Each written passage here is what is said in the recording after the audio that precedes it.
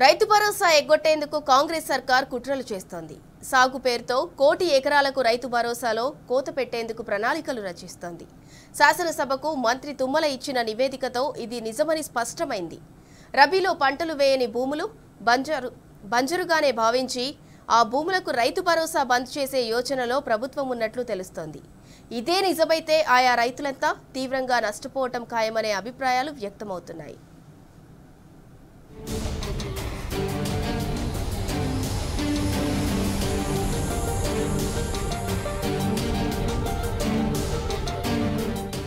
వానాకాలంలో సాగు చేసిన ప్రతి ఎకరా భూమిని యాసంగిలోనూ సాగు చేయడం సాధ్యమేనా?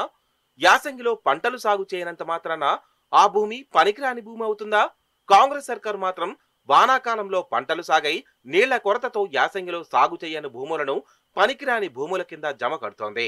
ఈ భూములను రాళ్లు, రప్పలు, కొండల కింద చూపుతూ రైతు భరోసాకు ఎగనామం పెట్టేందుకు సిద్ధమవుతోంది. వ్యవసాయ శాఖ మంత్రి తుమ్మల నాగేశ్వరరావు ఇటీవల శాసనసభకు అందించిన వివరాల్లో యాసంగిలో పంటలు వేయని భూములను సాగులో లేని భూముల కింద చూపించడమే ఇందుకు నిదర్శనం. ఈ భూములకు బీఆర్ఎస్ ప్రభుత్వం ఇచ్చిన రైతు బంధు వృధా అని, ఆయా భూములకు రైతు బంధించి 21,000 కోట్ల ప్రజాధనాన్ని వృధా చేసిందంటూ కాంగ్రెస్ సర్కార్ గుండెలు బాదుకుంటోంది.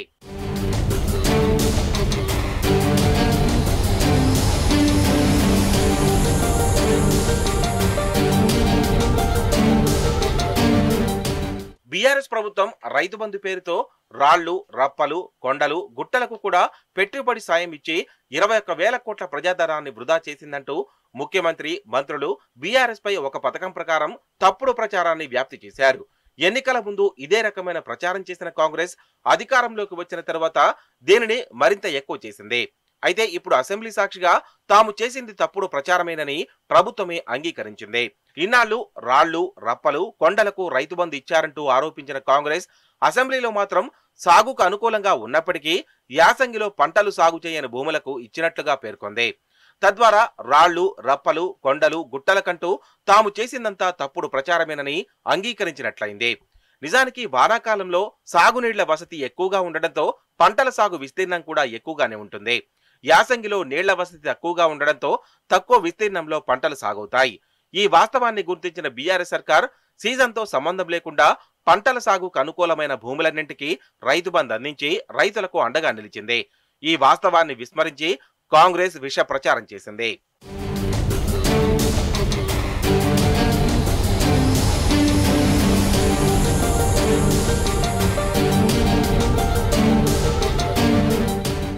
యాసంగిలో భారీ మొత్తంలో భూములకు రైతు భరోసా ఎగనామం పెట్టడం ఖాయంగా కనిపిస్తోంది.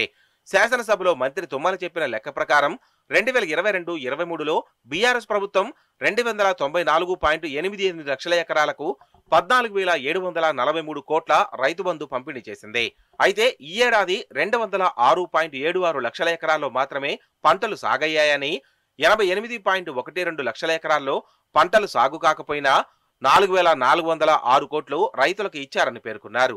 ఆ ఏడాది వానాకాలంలో 135 లక్షల ఎకరాల్లో పంటలు సాగు కాగా యాసంగిలో 72 లక్షల ఎకరాల్లో సాగయ్యాయి. వానాకాలం యాసంగికి సాగు విస్తీర్ణం కలిపితే 207 లక్షల ఎకరాల్లో పంటలు సాగయ్యాయి. ఈ లెక్కన వానాకాలంతో పోలిస్తే యాసంగిలో తగ్గిన 63 లక్షల ఎకరాలతో పాటు అదనంగా 15 లక్షల ఎకరాల్లో సాగైన ఉద్యాన పంటలను జాబితా నుంచి తొలగించి మొత్తం 88 లక్షల ఎకరాలు సాగులో లేనట్టుగా కాంగ్రెస్ సర్కారు చెప్పడం గమనార్హం.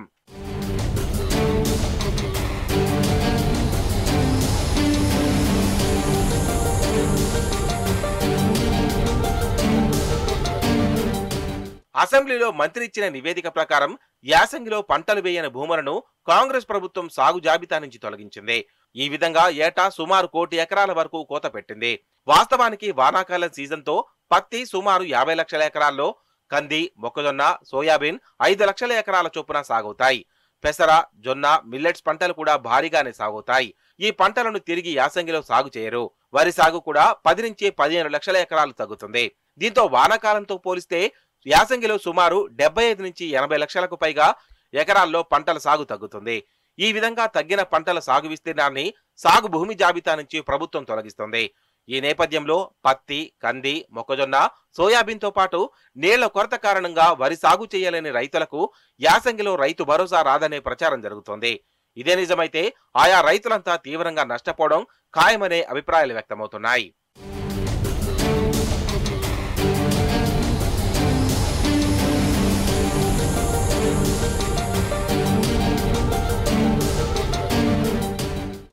రెండు 2022-23లో 88.12 లక్షల ఎకరాలకు, 2023-24లో 97.51 లక్షల ఎకరాలకు సాగులో లేకపోయినప్పటికీ రైతు బంధు ఇచ్చినట్లు మంత్రి తుమ్మల పేర్కొన్నారు.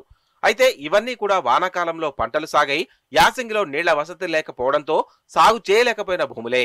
ఈ నేపథ్యంలో కాంగ్రెస్ ప్రభుత్వం రైతు భరోసా అమలులో భాగంగా యాసంగిలో ఏకంగా 1 కోటి ఎకరాలకు కోత పెట్టడం ఖాయమనే అభిప్రాయాలు వ్యక్తమవుతున్నాయి.